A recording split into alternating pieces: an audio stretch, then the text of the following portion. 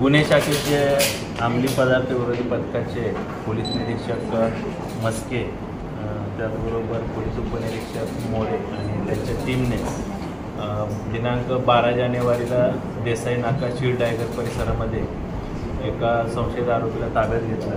त्याचं नाव आहे John James Francis उर्फ ओना चिडोजी एलिझबेथ,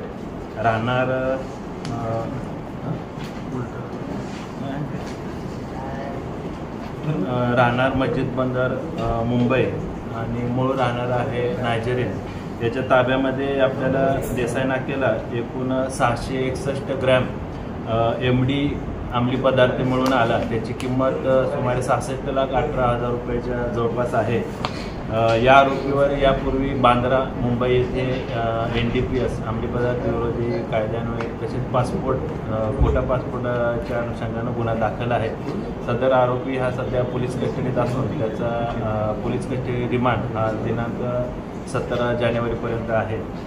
सदर गुन्ह्यामध्ये या आरोपीनं अंमली पदार्थ कुठून आणले, त्याचबरोबर या गुन्ह्यामध्ये त्याच्यासोबत आणखीन कोण सहभागी आहे, कोण आरोपीचा याच्यामध्ये सहभाग आहे आणि इथं ठाणे परिसरामध्ये किंवा शील्ड टायगर परिसरामध्ये तो अंमली पदार्थ तो कुणाला विकणार होता किंवा कुणाला पुढे सप्लाय करणार होता, देणार होता, त्या अनुषंगानं पोलीस अधिक तपास करत आहेत। सर, कोडिंग युक्त कप